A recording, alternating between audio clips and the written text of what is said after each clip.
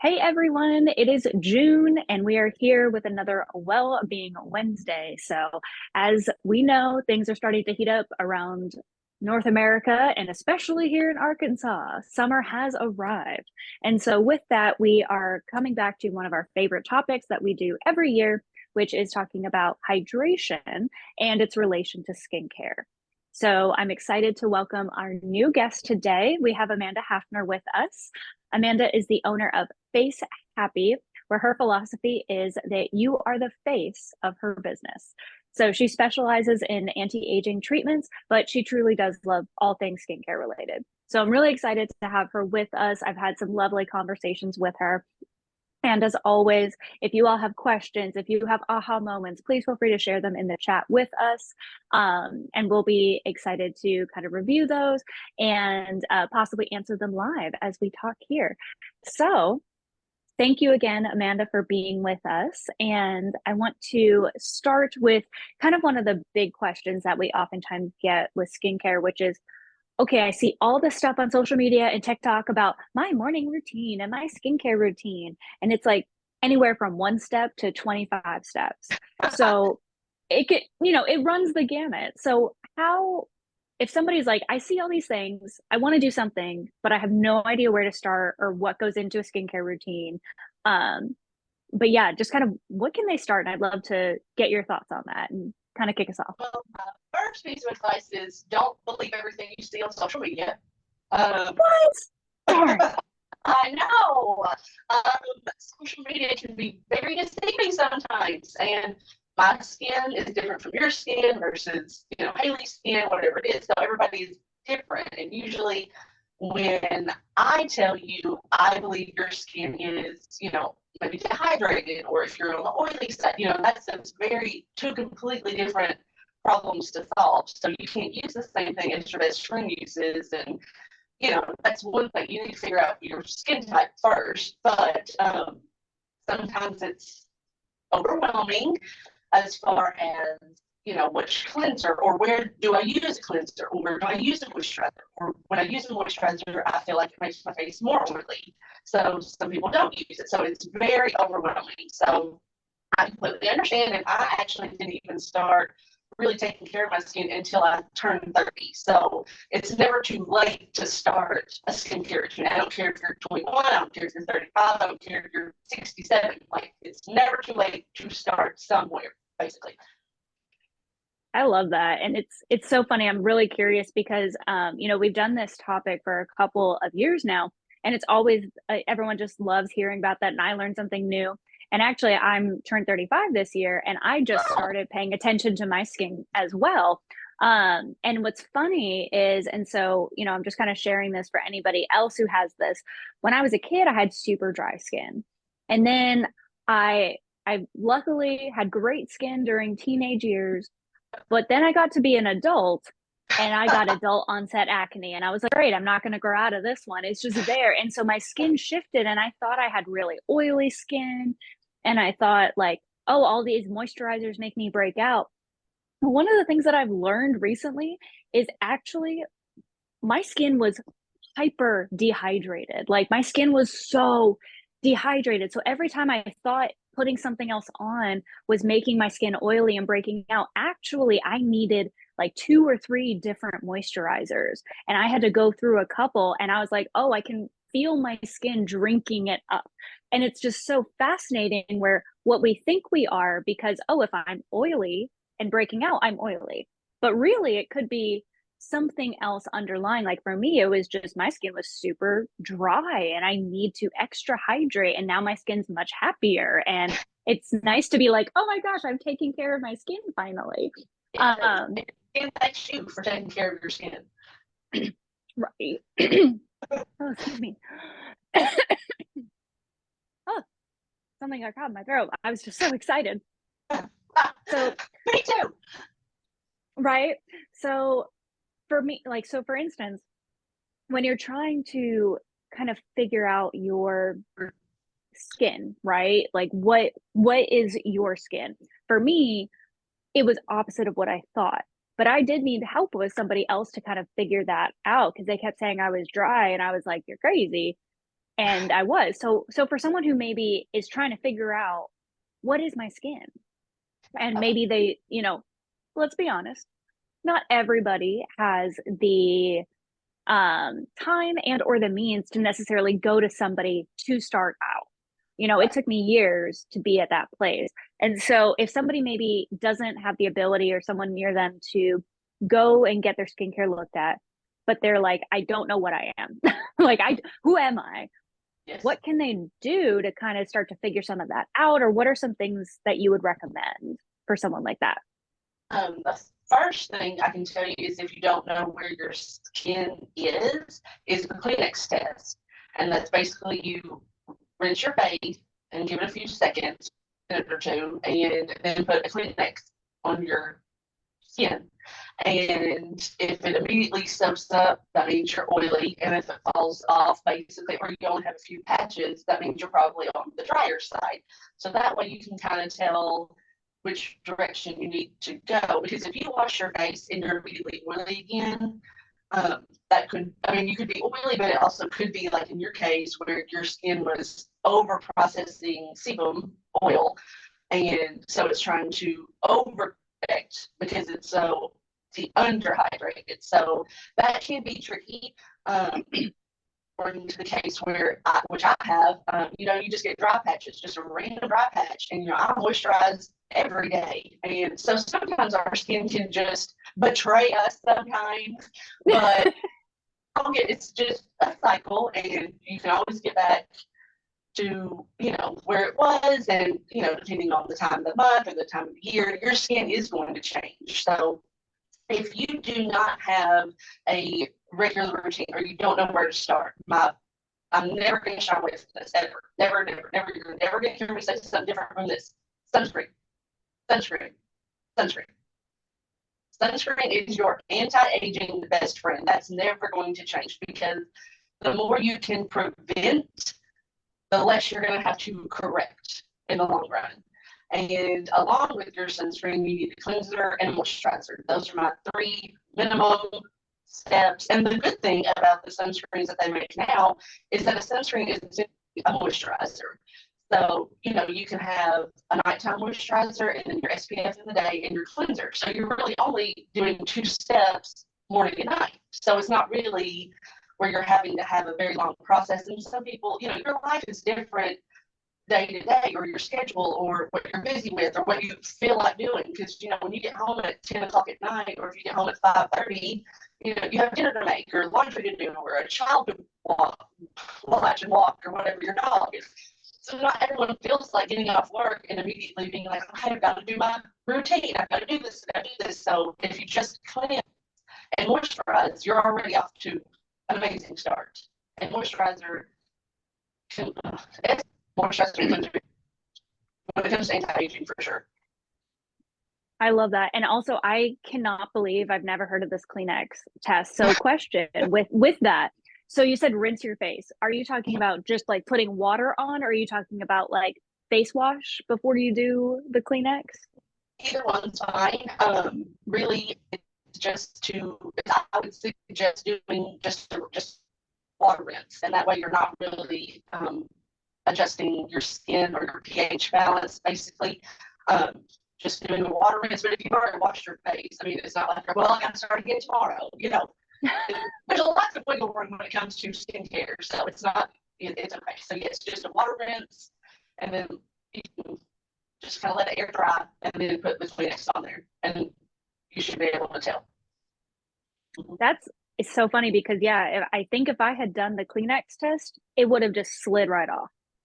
And that would have helped me understand earlier, like, oh, I'm not oily the way I think. Because that's exactly what happened to me is I overproduced because I was so dry.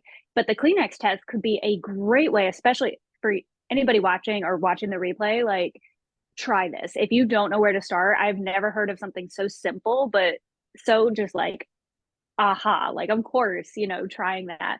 And, I love that. And I love how you also broke down the simplicity of it, of, cleanser and moisturizing sunscreen, 2 steps in the morning. And then, cleanser, you can use the same cleanser moisturizer at night that doesn't have the SPF, because I mean, unless you're in, Alaska where they have the super long days and the super long nights, you're probably not going to need SPF at night. Not But, usually, it no. keeps it not usually, not often. But yeah, it's one of those things that is just it keeps it simple. And that's actually what has helped me as well. With my skincare routine is I was like, it needs to be simple. I need to do it in like less than 3 minutes. And Right. somehow I have that now, and it really does help. But it's kind of nice, and you probably have this with your clients of, at first it can feel like one extra thing, but as you start to build in that routine, it starts to feel like, oh, but this is my 3 minutes of me time. Like, this is where Exactly. I'm taking care of myself.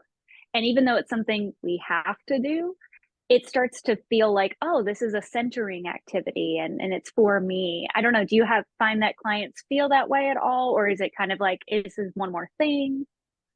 Um, it's that's a good question. So when people are first starting out, that's kind of how they feel like it can be overwhelming. You're just like, oh, I'm not going to remember to do that, or I'm going to forget, or I don't want to. And I'm like, I'm going to take the same thing I tell everybody that comes in this room. Once you leave these four walls, there's literally nothing I can do about it. So if you don't wash your face tonight, okay, don't wash your face tonight. I mean, that once again, we all have life choices, and I think washing your face or not washing your face is very low on the totem pole if you've had a very long or hard day, or if you're traveling, or whatever it is. So, if you don't wash your face today, the world is not going to get it. It's okay.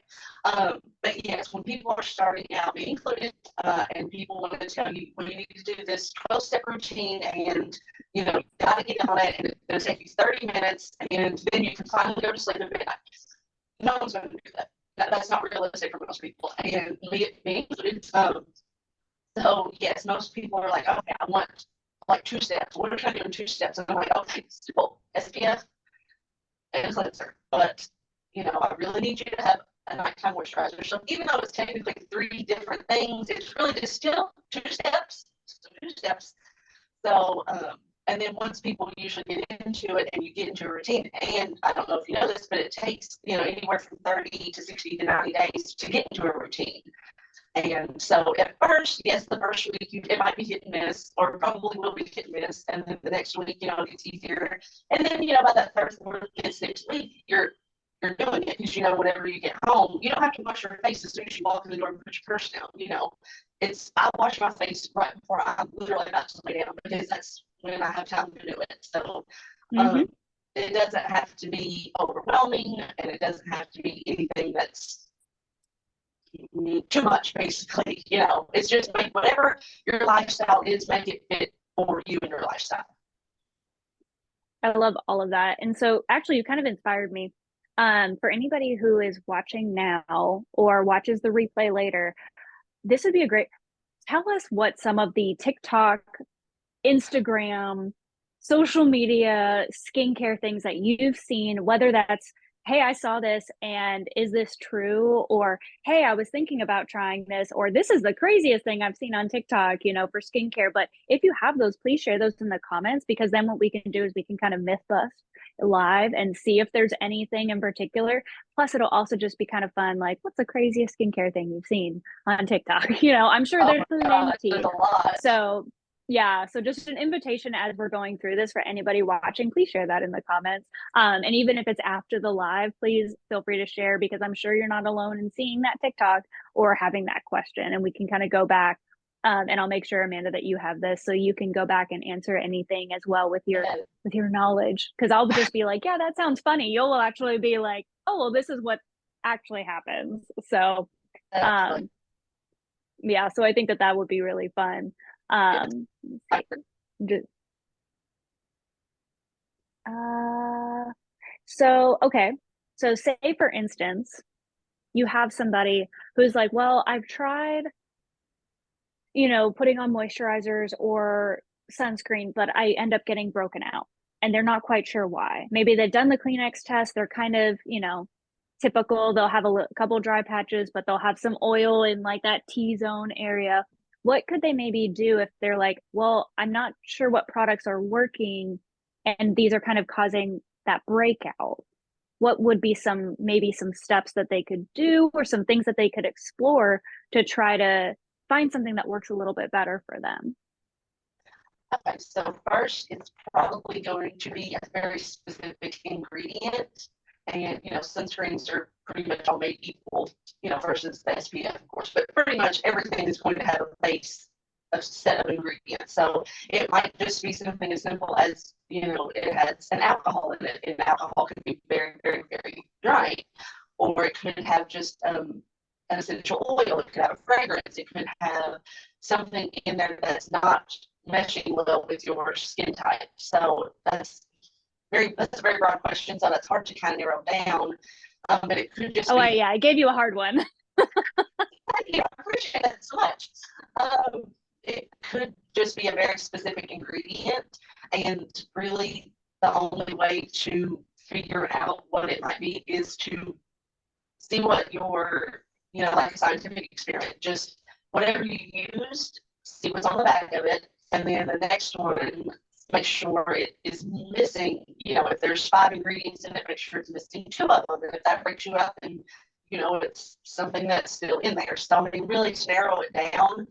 And honestly, to narrow it down on ingredients would be the most beneficial to help you to know where to go from there. But on that, some people think that they shouldn't use certain products, or they don't want to use products because they say it burns when they put it on, or they think they have sensitive skin. Well, you might have sensitive skin, that's true, but you might have a compromised skin barrier. So with that means that your skin is inflamed or red or itches or burns when you even putting moisturizer on. And moisturizer should never ever burn when you put on moisturizer.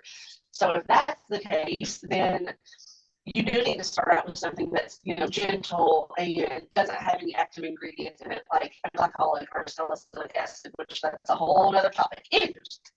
So, starting out with something that's a gentle cleanser, a gentle moisturizer, a very, very, very minimum ingredient product is where you're going to want to start to help build that skin barrier back to where it isn't compromised, so things don't hurt when you put them on, because everyone should be using a moisturizer that does not hurt your face ever at all, ever. And so it's funny because, and I love asking some of these broad questions because it actually gets at your perspectives that I've never thought of, and probably a lot of our viewers have never thought of either. Like the idea of looking at the ingredients and looking and seeing if there's a specific thing, like especially, I don't know, say I use skincare A cleanser, skincare B cleanser, skincare C, and all of them broke me out.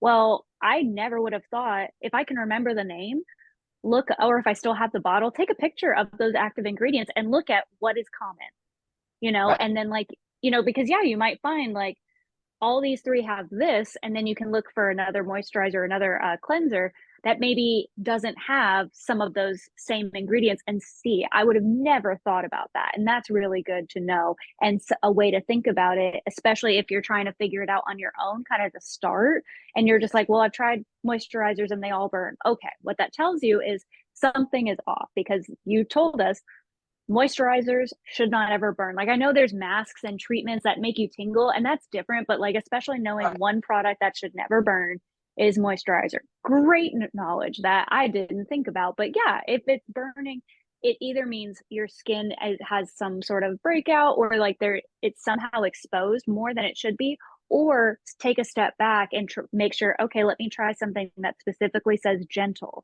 And then, if that burns, okay, now you have 2 different products where you can compare the ingredients on the back and see what the common trend is. So I think that those are some really helpful directions and some really helpful pieces. And yeah, if you're not sure where to start, but that you've had difficulty with, things breaking you out or skin sensitivity, yeah, start with something gentle. Yes. And then go from there and see how that works. Right. And on that, it might also be the brand, because, brands have an umbrella company. So like L'Oreal owns Lancome, L'Oreal, Maybelline, CeraVe, I think. Don't quote me on that. So you have to realize, so if you're using a mascara that's breaking it out, and you're using L'Oreal, and then you go to Maybelline, well, they're the same parent company. So they're probably going to be very, very, very similar in ingredients and how they're made, and where they're made, packaged, all that stuff. So you might need to make sure you're not trying this cleanser and then you try the second cleanser, then the third cleanser, and they're all under the same parent company. So you're going to have to also, and it's not hard. You just Google what brands are made by the same company. So if you're going to do over the counter, Walmart or Walgreens, wherever it is, which I am totally 100% on board with. FYI, I do not think you need a $100 moisturizer. I do not think you need a $500 eye cream. That's outrageous. I don't use that. That's fine. That's fine if that's your choice, but that's just not realistic for me and my lifestyle. So just make sure if you are going to do over-the-counter products that you were not using the same company, just a different brand. And see, again, knowledge that I had never even thought about, because you think like, oh, well, it might just be the brand, but I think of, and sorry, L'Oreal for putting this on, but like L'Oreal, as just an example brand, like if that is breaking me out, I think, okay, maybe L'Oreal products, but I don't think about the parent companies as well. And that's, like you said, a very easy Google search. Like look at if there's certain things that, are causing our skin to break out, get them out in front of you or list as many of them as you can. And maybe look, like you said, quick Google search of parent company for Maybelline, parent company for Too Faced, I don't know, and see what's under there, because you might find, oh, well, I have 5 different products, 5 different brands, but they're all under the same umbrella. Let me try something next time when I run out, try something that's not in that same parent company. And again, that's just one other step that I would never have thought of. So I think that that's a really cool idea. And then also, we do have a comment. So we have a comment that says staying away from mineral oil, petroleum, talc, and lanolin, as they are clog pouring ingredients. Is that correct? I 100% agree with that, yes. Okay. Well, then anybody who's watching this, you can copy and paste that text because it is in the comments. So you can watch for those ingredients, especially if you find that you break out a lot. Like if you're breaking out a lot, definitely just making sure to avoid those ingredients, because that's one less variable that you have to. Okay. See, I'm learning. I'm learning. We're all going to learn today. I know. Oils can be very, very fickle. Oil is, once again, that's a whole other ballgame. But yes, all those were great. And I know a lot of people are interested with all natural products and clean products and stuff like that, which is great. But with that, you're still going to have some sort of binder.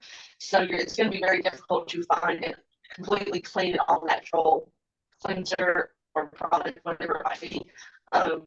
And oil specifically is, I don't want to say oil, it can be difficult for a lot of people's skin. Yes, so I 100% agree with their comment. Okay, awesome. And then we do have actually another question that we have just enough time for, which I think, because they said, it can be expensive to try different things like that, just keep trying different products, and sometimes you do have to do some trial and error, but also, they're wondering if there's a way to maybe get smaller samples to see what works, or maybe how to go about trying the different products in a fiscally responsible way where maybe, how can they reduce the costs as they're trying to figure out what works for their skin? If you have any thoughts on that. That's a good question. You might be able to look onto the website, because when you go to a box chain store, whatever it is, they're only going to have, half an ounce, 1 ounce, 16 ounce, whatever it is. They're only going to have full size products. So my suggestion would be to look on the actual company's website, and they might have samples for you to be able to purchase. Or if you buy this $35 worth of product, which whatever it is, you might get samples with stuff. So I guess I would just think about the companies I use. I can order samples, and so I would say probably look on the website and see if they offer samples that might be a little bit more affordable, and that way you're not buying, a whole jar of moisturizer, and then you're like, what am I going to do with this now? Which, on that note, if it does not work for your face, you can still use it on, your feet or your elbows, where you have thicker skin, so it's not going to probably irritate another body part. So don't let it go to waste, and don't throw it away. Do not throw it away. Or, I mean, if you give it to someone, depending on what the product is, like a family member, perhaps, maybe not as a birthday gift. Um, but I would just check maybe the website and see if you could get a sample size of a bunch of different products. Yeah, I love those ideas. And also, I never would have thought to go to the website and, sometimes it can be if you actually price compare like per ounce or whatever, it can be a little bit more expensive. But looking to see if they have like travel size of certain things, especially if, you're really just wanting to try it. I've done that with like makeup before because my skin's very finicky with makeup. And so I don't want to buy a full thing of foundation, but maybe they have a travel one that even though per ounce it's more expensive, it's more affordable for me to try it out. And I love the idea of, especially with like a moisturizer, don't let it go to waste. You can use it on other parts of your body, even if your face skin is a little sensitive to it. Now, obviously, if you're breaking out in rash and hives, you don't want to use that. But like most of the time, it might not be the right combination for your face skin. So like you said, the thicker parts of your body, try it out there so you're not wasting it. I love that. And even like some of the big box places or when you can try out different things like Ulta or Macy's or JCPenney or Sephora, you get the samples with purchase. So you can kind of identify a couple of different products that you may be interested in trying out at some point. And so whenever you do purchase next, you can see if they have samples of those. And also sometimes if you go, I feel like they can give a tiny little bit for you to take. And so that can be a way for you to, and you can go in some of those, depending on the products that you're looking for, you can try some on in store and then, see if it breaks your skin out right then. So, you with a lot of skincare stuff, I feel like you can kind of tell within a couple days to a week if it's working, which is much faster than I thought. But once I found a moisturizer that worked, I mean, I could tell in 3 days. I was like, okay, this is different. The other ones, it was like, didn't really do much, didn't hurt, didn't help, all that stuff. But, you can tell fairly quickly. So you might be able to get just like, okay, I'm going to go twice to Ulta or something because they have a product that I wanted to try, put it on twice. You might be able to see, okay, not bad. Or they might be able to give you those trial samples as well. And also the stores, like you mentioned. So I think those are some really, really great things. And apparently, you probably knew this. I didn't. Ulta has a return policy that if 80% of the product is left, you can return it. Never knew that was an option. So there you go, y'all. And Ulta might not have everything, but it's a place to start, especially if that financial piece is a component. And Sephora has a good return policy also, just put that out there. Yeah, throwing it out there. Well, we are just about at time. I can't believe how fast this goes. Every single time I'm like, don't we need like an hour more? Like we just need to talk more. But we've gotten some really great comments here, and thank you again, Amanda, so much for being with us and sharing your knowledge. A lot of this stuff was brand new that we've never talked about on previous Wellbeing Wednesdays. So I know I learned a lot, and I think the people watching us live and also on the replay will definitely be learning some things, and we can all kind of share our skincare journeys and nerd out, because I've definitely started nerding out on my own. So it's always fun to be able to talk to somebody about it. But thank you again for thank you so much. Oh my gosh, I had so much fun. Yes. Thank you. Yes, so we love having you. And for anybody who wants to connect with Amanda or wants to learn more, I believe her contact information is going to be in her Instagram, and her Facebook are going to be in the comments as well. So feel free to reach out to her. And for those of you who saw this and got something out of it, feel free to share it with your friends, family, coworkers, your dogs, whoever needs some skincare help. Yes. Yeah, absolutely. That'd be great. Yes, absolutely. So, please take advantage of that. Please share this and comment any other questions or things that you have with us. We will be back next month. I believe July 3rd is going to be our next Wellbeing Wednesday. Same time, same place. But this has been another Wellbeing Wednesday. Thank you all so much for being here, and I am wishing you well. Bye, everyone.